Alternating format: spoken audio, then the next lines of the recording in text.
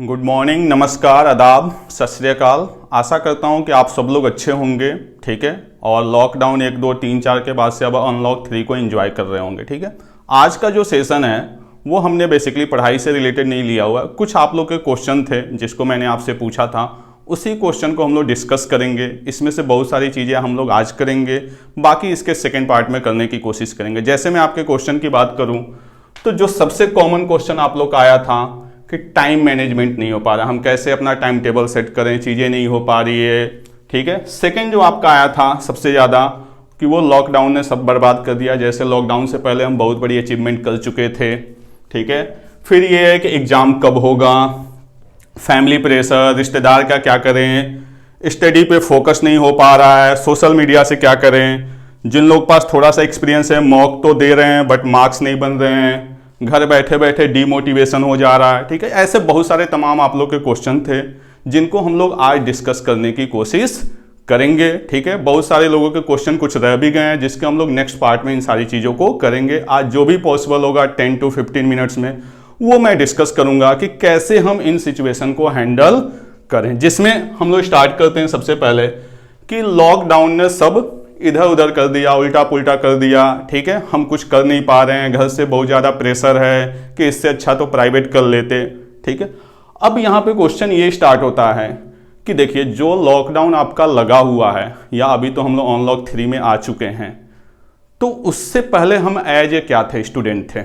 अगर हम बात करें यहाँ पे जैसे 24 मार्च से पहले की, तो वहाँ पे हम एज ए स्टूडेंट थे। जब लॉकडाउन लगा तो हमने ऐसे खाने बनाने की तैयारी की कि गोलगप्पे बना ले, जलेबी बना ले। जैसे हमें SBI का, IBPS का या SSC का एग्जाम नहीं देना, हमें मास्टर शेफ का एग्जाम देना और संजीव कपूर को पीछे छोड़ना है। बात समझ में आ रही है।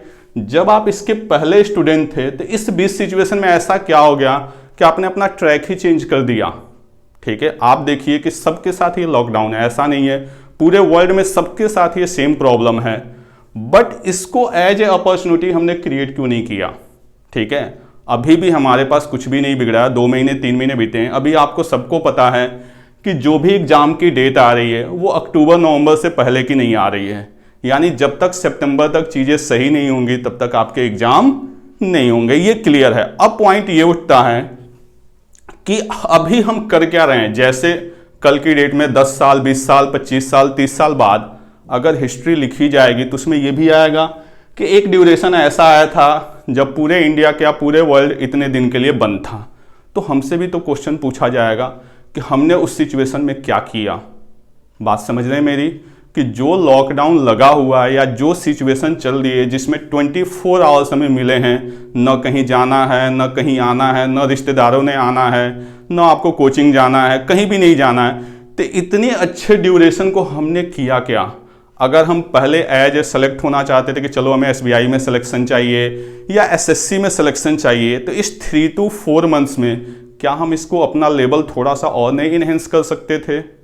चलिए अभी तक हमने नहीं किया, बट मेरा ये सजेशन है आप लोगों से कि अभी भी हमारे पास कुछ नहीं बिगड़ा। अभी भी अगर मेरा आज टारगेट है कि मुझे SSC में सेलेक्ट होना है, तो क्या इस 1-2 महीने में मैं अपने टारगेट को नहीं बढ़ा सकता कि मुझे SSC में सेलेक्ट तो होना है लेकिन टॉप 1000 में होना है, टॉप 100 में होना है, मुझे बैंक PO तो बनना है लेकिन एक अच्छे रैंक के साथ बनना है, क्योंकि मुझे कहीं ना कहीं 2 महीने की एक गोल्डन अपॉर्चुनिटी मिली हुई है। देखिए जब तक हम इसको एज ए अपॉर्चुनिटी नहीं क्रिएट करेंगे तब तक बात नहीं बनेगी, ठीक है। और ये चीज आपके अंदर से आनी चाहिए, ठीक है। अब इसमें प्रॉब्लम आती है कि टाइम टेबल कैसे सेट करें, कैसे चीजों को बनाएं, कैसे चीजों को मैनेज करें। देखिए सबके पास 24 आवर्स ही हैं और हर पर्सन का लेवल वैरी करता है। ऐसा नहीं है कि मेरा कंपटीशन आपसे है या आपका कंपटीशन किसी और से। हो सकता है कोई 4 आवर्स स्टडी करके आपसे अच्छे मार्क्स ला ले, हो सकता है कोई 10 to 12 आवर्स स्टडी करके आपसे कम मार्क्स लाए। तो जो टाइम टेबल की बात है ना, कंप्लीट डिपेंड करता है आपकी कैपेसिटी पे, ठीक है, कि आपकी कैपेसिटी क्या है। दूसरा है क्या कि जब हम टाइम टेबल बनाने की बात करते हैं तो 1 दिन 2 दिन 1 वीक फॉलो तो होता है लेकिन उसके बाद फॉलो नहीं होता। जैसे हम जोश जोश में आज बैठ जाते हैं। यहाँ पे बहुत सारे बच्चे आए थे हमारे पास जो स्टार्टिंग में 7 to 8 आवर्स पढ़ते थे, 1 महीने 2 महीने बाद वो सारा का सारा क्या हो गया, फुस हो गया। बात समझ में आ रही है। तो कहीं ना कहीं देखिए जो भी एक्सटर्नल मोटिवेशन होता है ना वो आपका 10 to 15 मिनट्स का होता है बस। कहीं ना कहीं वो आग जो है ना वो आपके अंदर लगनी चाहिए। जब तक आपके अंदर आग नहीं लगेगी ना तब तक कोई फायदा नहीं है। अब अगर हम बात करें टाइम टेबल की, तो टाइम टेबल में देखिए कि आपको खुद डिसाइड करना है कि आपके पास 24 आवर्स हैं। इस 24 आवर्स में आप देखिए पर डे का टाइम सेट कर सकते हैं, 1 वीक का टारगेट लेके चल सकते हैं कि इस 1 वीक में हमें पर्टिकुलर ये वर्क करना, आज टाइम नहीं मिला तो मैं कल अपनी चीज़ों को मैक्सिमाइज करूंगा।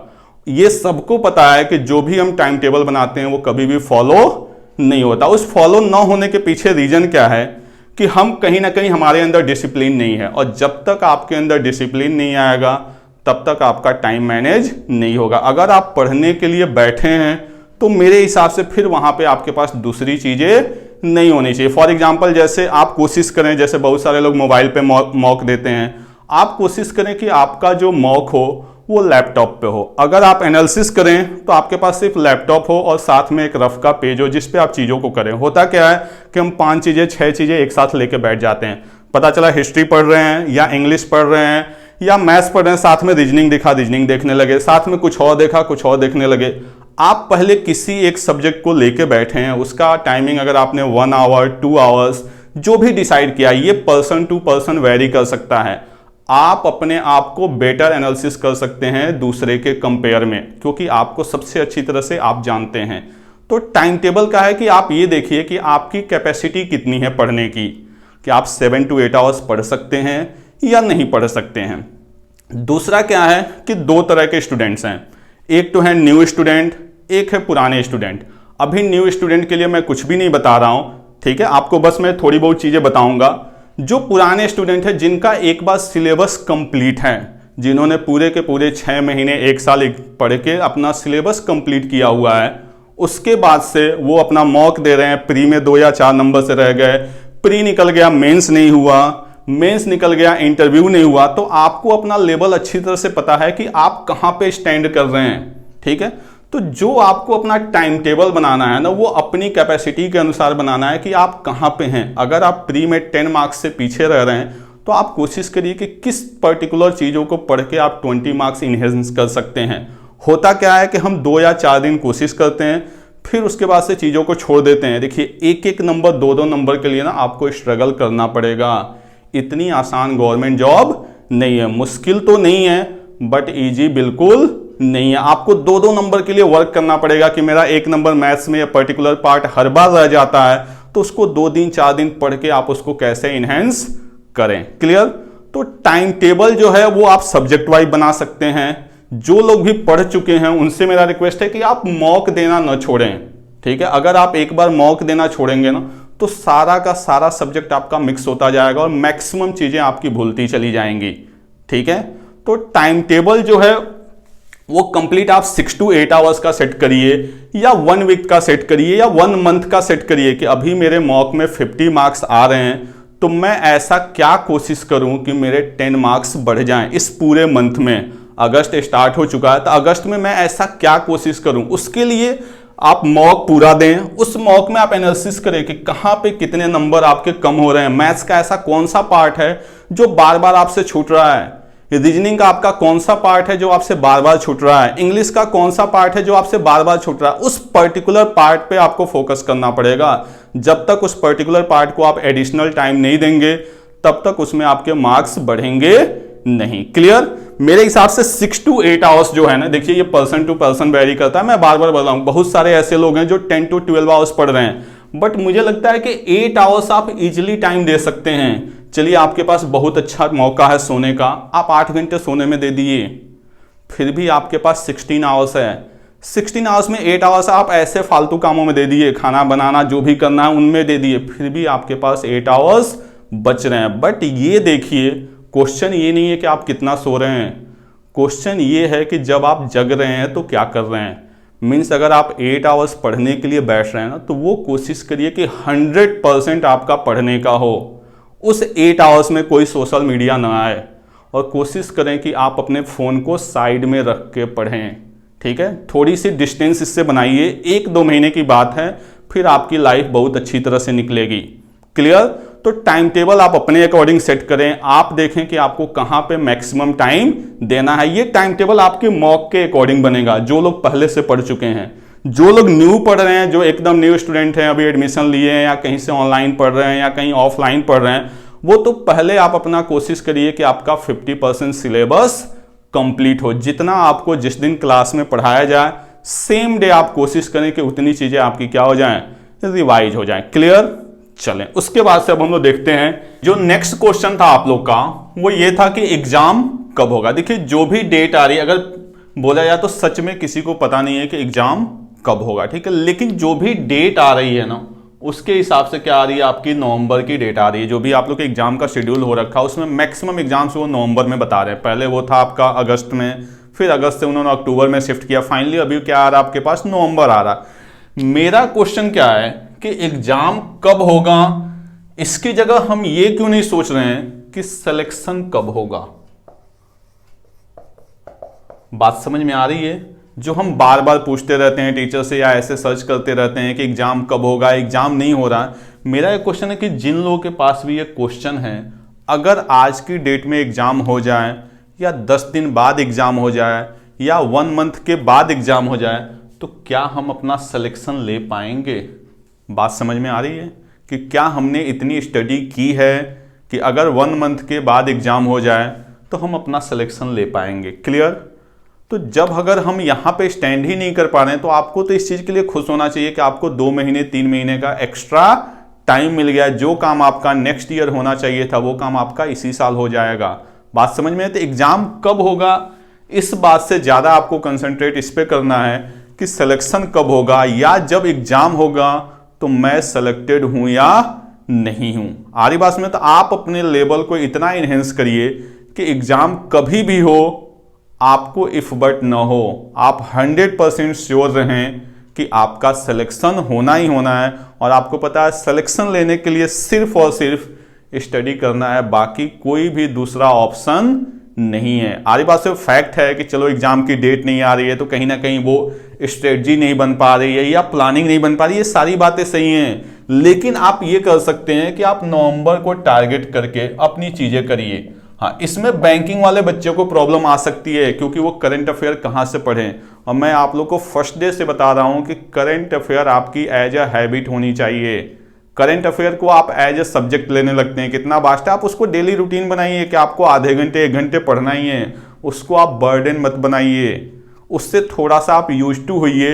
अदरवाइज होता क्या है ना कि हम एग्जाम से 3 मंथ, हमारा होता है कि एग्जाम से 3 मंथ पहले का हम पढ़ेंगे, अब एग्जाम हो नहीं रहा तो पुराना पढ़ा हुआ बेकार हो जा रहा है। यार स्टडी कभी भी बेकार नहीं होती है। आपको पता है कि अगर आपने 9th 10th में अच्छी तरह से पढ़ा हुआ है तो वो आज भी आपके काम आ रहा है। स्टडी एक ऐसी चीज है ना जो कभी भी यूजलेस नहीं हो सकती। हाँ, हो सकता है आपके एग्जाम में कम ज्यादा हेल्प करे, लेकिन एक बार अगर आपको करंट अफेयर की लत लगी हुई है ना तो वो आपके लिए अच्छी बात है। अदरवाइज अगर आप अभी छोड़ देंगे फिर वो चीजें होनी ही नहीं है। क्लियर?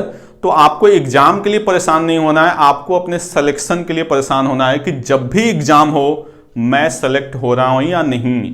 और अभी आपको लग रहा है कि हाँ कल की डेट में एग्जाम हो जाए मेरा सिलेक्शन होगा, तो आप कोशिश करिए कि यार 1 महीने बाद एग्जाम हो रहा तो मैं टॉप 100 में क्यों नहीं। बात समझ में ना कि मेरा रैंक क्यों नहीं आ रहा है, फिर ऐसा क्या हम करें कि उस पर कोशिश करें। आ रही बात समझ में? तो यही 3-4 आप लोग के क्वेश्चन थे। पहला तो ये टाइम टेबल, टाइम मैनेजमेंट, तो ये मैंने पूरा का पूरा आपके ऊपर छोड़ दिया कि आप पहले मॉक को एनालिसिस करें और उसके अकॉर्डिंग अपनी चीजों को सेट करें। ठीक है, 1 वीक 2 वीक 1 मंथ का सेट करें, फिर हम लोग इस पे डिस्कस करेंगे।